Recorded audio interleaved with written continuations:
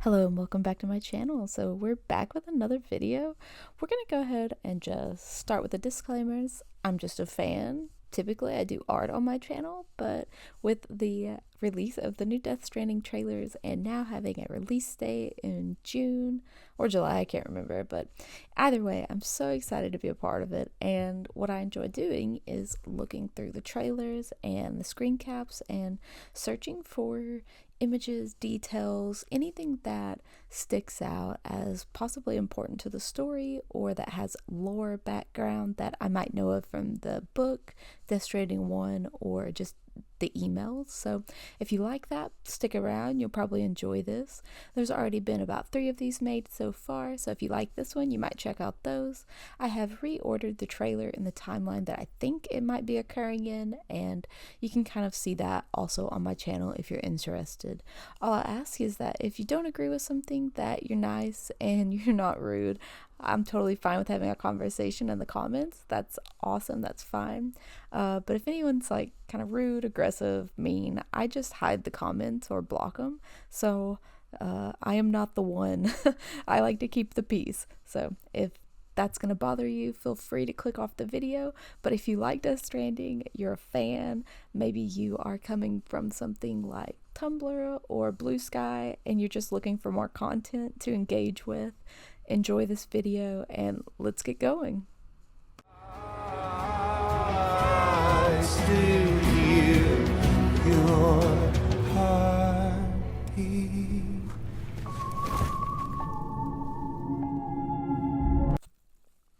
So lots to say, lots to say. I think that we will wait to talk about her eyeliner until we get to BB, where we also see that same tar running. The landscape appears to be the same one that we were in. Now, people have obviously pointed out, it seems like we're in a nighttime landscape here, but from what I've seen of like bombings and fires, like the California wildfires, in nature, when there is so much fire and debris, it can seem much darker simply because of the overcasts and things like that. So it could just be a mislead. I know that when I edit different screen caps for Hideo's games, it's really he uses so many effects and there are so many cameras and lighting adjustments that he makes, even in daylight times. If you ever slow down some GIFs or different videos, you'll notice that there's almost like lightning flashes, and I don't know if that's supposed to be helpful to making it seem more realistic, or if that's just what happens when you capture in such high HD, but I think for our sake that this is supposed to be misleading, but I don't think that it's actually been several hours. I think this is maybe within 10 minutes after what we've just seen. My main reasoning for that is the shrubbery. So the ecology of the area is very, very barren and dry, and these fires are raging. You know, there are actual flames. It's not just smoke or ash. So for them to still be burning and there be so little shrubbery around, I just think that it has to be soon after whatever has happened, because all of this foliage would have been burned up so quickly, and it's not like there's a lot of grass on the ground. They're in a very rocky area. So if we're following realism, and Hideo's pretty good about following the rules of nature, then I would assume that this is very soon after the bike crash and Lou or Fragile, whoever does it, jumping. And I don't even think that they've moved very far. I think they are truly in the same place right after the gunshot, and something has happened. Obviously, we just don't know what. But for that fire to still be so bright and still so intense, I think it can only have been a few minutes, because there simply isn't enough dry matter to feed the fire for any longer than a few minutes. What bothers me more than the fire and the nightmare landscape is the fact that there is no evidence of the occultist or Higgs in the backgrounds of any of these shots. if he was there to kill Lou, it makes no sense to me that he would have shot them or pretended to shoot them and then left to let them be in the fire. That's where I feel like some of the arguments for him being a reluctant ally or just not wanting them dead would come into play. Because for me, I cannot see why he wouldn't have taken Lou with him if that was his intention. I mean, maybe they've jumped too far away from him, but it still looks like the same area. The ecology hasn't changed, the foliage is still similar, and it still looks like the same area that the bike crashed on. I also don't see any new bullet wounds on her or Lou, although because it is a video game, the gunshot on her arm doesn't really look like a gunshot. So it's possible that her other arm could have been shot, and I'm just not seeing that because it's video game modeling. The other thing I'd like to talk about is her wrist. A lot of people, including myself, felt like she was holding her wrist in a strange way. Now, that's her left hand, and as far as I know, Fragile's always been right-handed, so it's not a terrible loss to her. It's not going to be debilitating in a way like she can't write. What I do wonder, though, is she obviously gets second hands at some point between now and the Magellan, which makes me wonder, does she get second hands because she struggles possibly with using both of her hands? Or is it, are we going to find out some in-game reason like, oh, she just likes not having to hold her own cigarette? I noticed this in the background, and I can't tell what it is. I've looked through the different screen caps. I can't tell if it's just a bush, rocks. At first I thought it was a body, but I don't think that that's accurate. I also don't think it's the bike because I can't see anything on it that really looks like the form of the bike. There's nothing on her outfit that gives us any more clues. There's no text or writing. We can see the pants better, and I'm very confident, like I said in the last video, that this is actually the Magellan outfit that we see her in most times. She just has the top sort of like leather jacket folded down and tied around her waist. The easiest way to tell that these are the Magellan pants is from the ridges running along the pants. That's really obvious in the trailer where they're taking photos with the new camera mode. The other thing that I want to kind of point out is her eyes. When you look at the tar, it actually looks like it has a little bit of thickness to it on her top eye. And the only reason I think that that could be important is we are starting to see on Tomorrow and Higgs throughout the trailer that the gold beryllium or tar that they are crying seems to have a thickness to it. When I first looked at it, I thought it was almost like scarred because it was raised up out of the skin, but I just think it's actually that it's coming out and it's cooling or drying and becoming thicker. And it really looks to me like the tar has a little bit of thickness to it. It's not just water like we've seen before.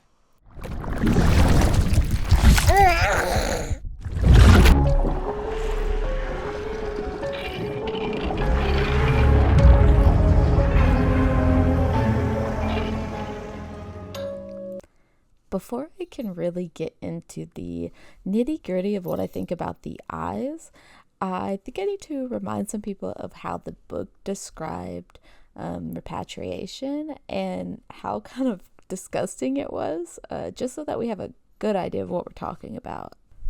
So in Death Stranding, the novelization, Volume 1, here's how it describes being born again or repatriated for Sam. The stench of rotting organs surrounded him. He watched a star explode, followed by a vision of a world full of microscopic life that was first born to these lands. He slid down its throat, mingled with its gastric juices before being pushed through its contracting and relaxing intestines. Finally, he was expelled from its anus. A wave washed over the naked body, the haw, that was soiled with blood and excrement. A simple lump of flesh, it had neither hands nor feet. An enormous wave broke overhead before bursting into a million water droplets and showering down upon him. His jaw began to develop exponentially. Its aging and growth accelerated, almost as if being struck by timefall. Eyes, a mouth, ears, and a nose burst forth as it took human form and sprouted both legs and arms. The reason I wanted to read you that is we always see the BB in what appears to be like Sam's throat, or in this tube, as we might call it. And now we're getting more imagery of BB outside of just Sam needing to be resurrected. So later on, we get a vision of Lou in this meat tube, is what I'm going to call it. And the Magellan comes out of her mouth. And so I don't think that this process is just necessarily going to be narrowed down to being reborn, but it almost seems like it's being used to both skip time and space. I'm big into the idea of string theory, which implies that when you put 2 points together, as long as you fold time in half, you can jump forward or backwards, I guess, if you wanted to. Typically, there is nothing on Lou's face or any of the BBs in the first game. When you die in the first game in the introduction, before you ever get your BB, you actually see a baby doll in Sam's throat.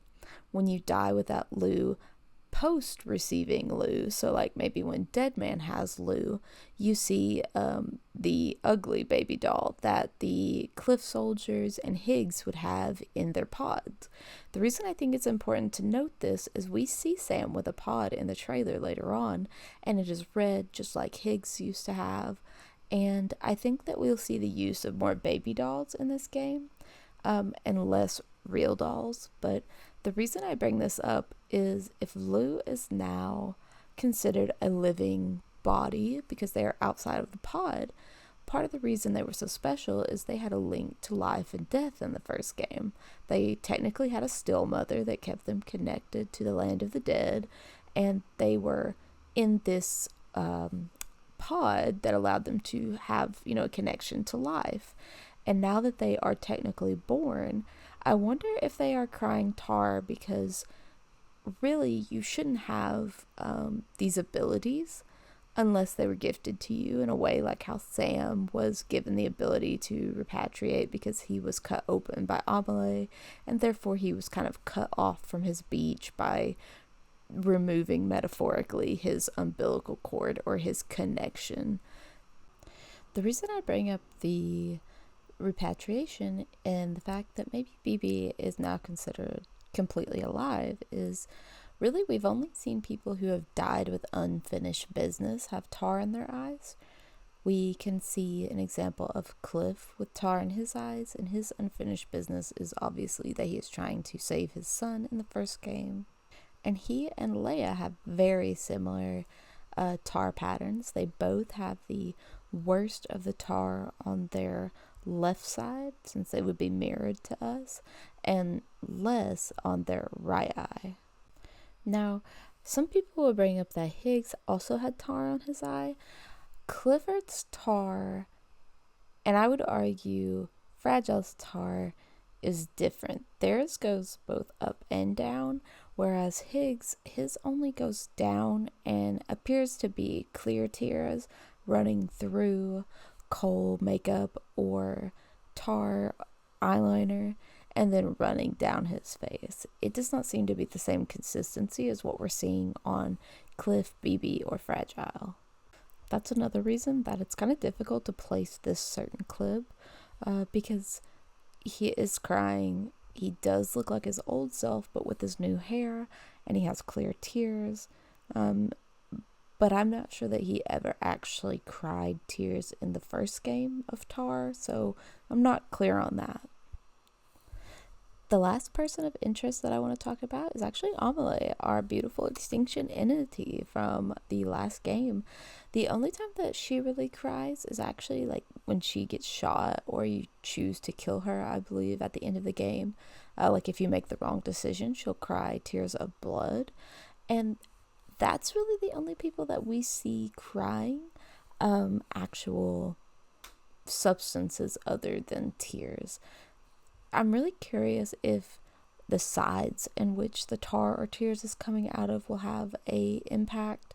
There are a lot of fan theories based around Egyptian culture, such as Osiris, the god of the dead, things like that, where they would put this mark down on one eye to represent death or on the other eye to represent life. We have tears from both Fragile and Sam as doom sufferers, and they cry whenever they have an allergic reaction to chiralium in the air, and therefore their body takes in this toxin and then cries it back out. Think of it kind of like peeing out the bad stuff in your body. What this made me consider is the eye color. Now, I had to go and find some clips of Lou in Death Stranding 1 to compare their eye color, because we really don't have a lot of really, really clear 4K images that I could find. If you have one, I'd love to see it, of specifically Death Stranding 1 Repatriation with Lou.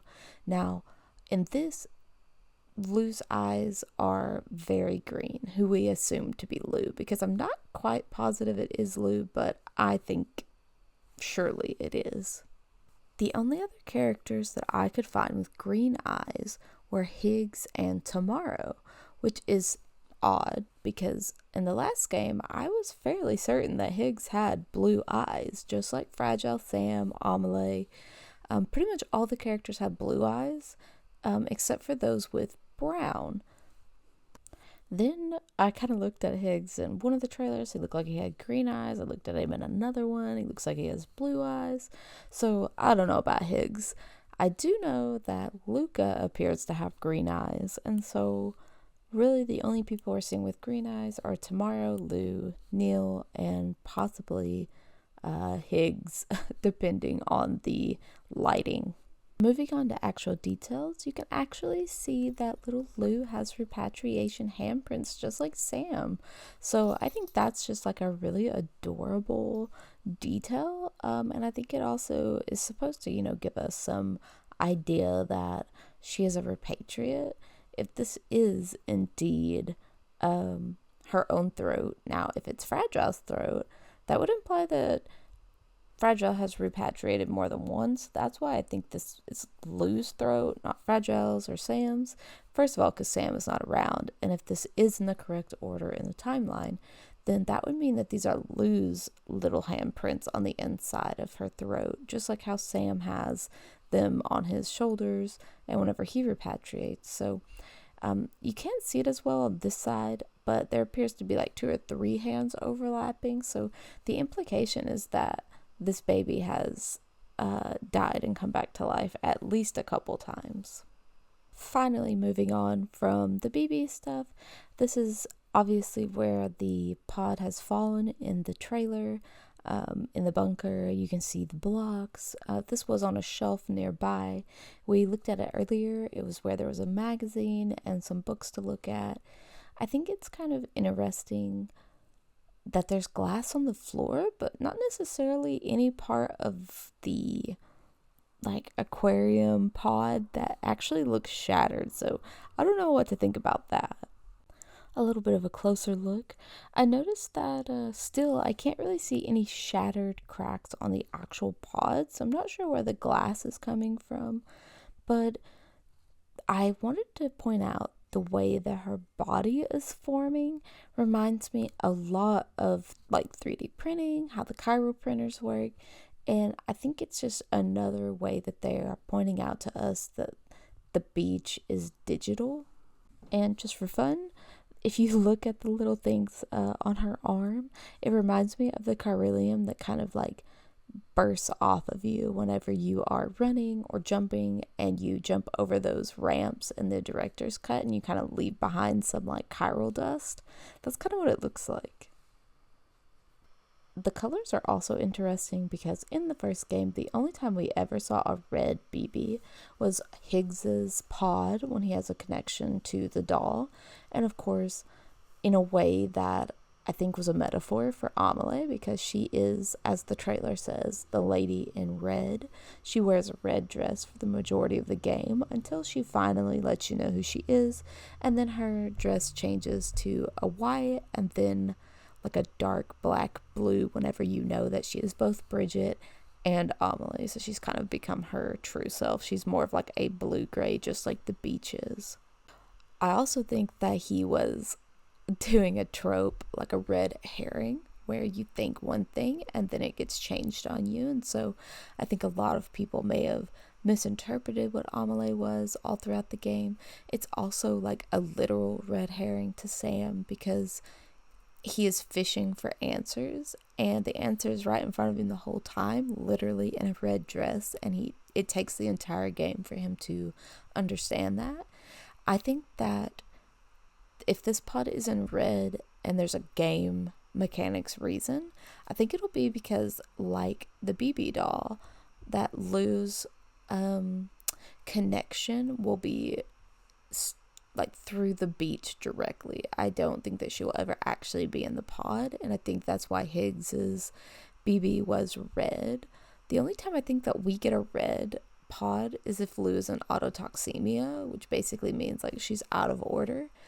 And so, I mean, I think that tracks. If she's red in game, it's basically the equivalent. She's unusable, and she's also on the beach. My crackpot theory is that we're actually going to be using the baby doll, either that Higgs left behind that Fragile took from him, or the one that we see Neil with, and that's the reason that our pod is red during the game. I think we'll be utilizing a baby doll in this game rather than Lou within her pod. I still think that Lou will be around, but not in a way that we could use her. And I think that goes back to the fact that Hideo wants us to also think of Lou as a child and be invested and not think of her as a tool. I think he truly wants us to be invested in saving her. And therefore, just like in the first game, we will go the whole way. We will take on the horrors that persist in order to save someone that we care about.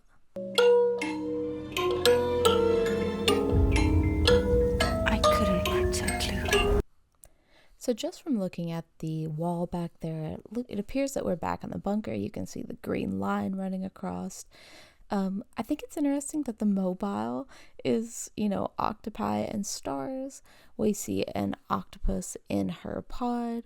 We know that kraken are the very first animal that we see in the game in Death Stranding 1 when Sam goes under the water for the first time and we as the player repatriate. You actually see a giant kraken above him in the water, the shadow of it. And so it's interesting we have that. We also have like the Magellan uses that same logo, the beached thing, badges use the same shape. So it's just kind of interesting that that's there. We also see a whale over to the right, which if I was Sam, I would never have allowed because the whales were awful in the last game. And then we have the star, which has constantly represented not only bridges, but babies within the game. We get our first real clear shot of Fragile in the bunker, and it appears to me that she's in sort of like a type of stasis. You can kind of see the bars around her. This is the really interesting part where we start really getting back into details, because at first Hideo did not give us a lot. This is some of the old trailer, but this part shows us that we have something that looks like it says either DNDSTR or maybe like ONOSTR, something like that. And then if we move over, I thought it was so interesting that her shirt says Decon, DECON, and then underneath that it says this garment contains chiralium something detection dye. So that's interesting. That implies that whenever there is high chiralium in the air, that this shirt would change colors or maybe heat up something. But if this is basically a way for them to, basically realize there's radiation in the air. We've never been able to see this part of the shirt in any trailer before. I assume that this decon and then these letters here that we're seeing are part of the same company, but of course I wanted to point out the X's that we're seeing look really similar to the X's we've seen on the coffins, on Higgs's armor, and of course on the drawbridge ship. We get a little better look at her outfit here as well, so we can have just more proof that this is her Magellan outfit. You can see where the zipper normally would go up and form that sort of halfway cowl looking neck piece, and we don't see any second hands. So again, I don't think second hands exists yet or is being utilized yet. We can see most importantly that someone has dressed her wounds.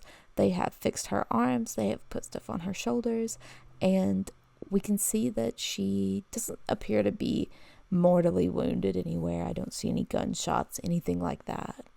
And she also has her cute little head on a pillow, which tells me that this is either after Sam has found her, brings her in, gets her fixed up, and then is trying to figure out what's going on with Lou, or if we believe that Higgs is a reluctant ally, it's possible that he brought her in and snatched Lou, because we do see that Lou just appears in a pod. Her body is no longer around. So that's kind of still up in the air. I'm still very curious what's going to happen there. I mean, the implication is that Lou is dead, but we're never really shown that. So it could just be that she was spirited away by Higgs to go live in the beach world. I have to point out that the ring around her is very similar to the drawbridge ring. The weird thing is I don't see that ring anywhere, but I don't know, maybe it can work from afar. I went and looked up what these medical codes mean, and OBS just means observation, and CC just means that they're under supervision. So basically like critical care or like being closely monitored. I have no idea what the other letters might be. So I actually did some researching once I figured out that medical codes are free online to anyone that wants to look them up. It appeared that D&D was detailed notice of discharge, and that the STR was the service treatment records. So basically this is just like a medical information, like a med chart. So I'm wondering, is there a doctor around, or again, is this just kind of a built-in technology? So this is kind of the last thing that I'm going to break down before I end today's video. This is the pod that was on the floor that had the glass all around it, so it must have been something else that shattered, as we can definitely tell that it's all in one piece. Not to mention, how many times did we fall off a cliff and the pod never broke in Death Stranding 1? We know this is Sam's hand because of the tattoo, and we also know that, you know, this matches what we saw of Lou in the last pod, where she kind of got this weird, like, digital, almost chiralgram, like a hologram look to her. And then right after, this is kind of where you can see both. You can see the tentacle come out, as well as you can still see her hologram in the background. If you pay attention and you really just kind of like zone in, you can actually see it doesn't seem like the octopus would be Lou, because it looks very real, very tangible, just like Sam's hand. And Lou does not. Lou is very much looking like a hologram, something that's not permanent, that you can't touch, that your hand would go through, whereas the octopus just looks like you could just reach out and grab it. It also looks like, of course, the marks that we see on Tomorrow's arm, and it looks like Higgs's strange tongue that we see in the trailer, which is so comical because it just looks like Legos. So I do think that's going to be like a nightmare sequence, but it might be interesting if we find out that Tomorrow and Lou interact in the other world somehow, and that's why she has the octopus like marks on her, is perhaps she saves Lou, but that's totally conjecture. So this is kind of the end of what we'll have for today, and we'll start breaking down some of the newer trailer stuff here soon. So thank you for watching, and if you like it, leave a comment if you saw something I missed or that you want to kind of go crazy on in the comments. Go for it. We love lore. If there's something that you want me to look at or that you're referencing, if you'll put the timestamp, that makes it way easier for me to find it and comment back. All right, keep on keeping on. Bye.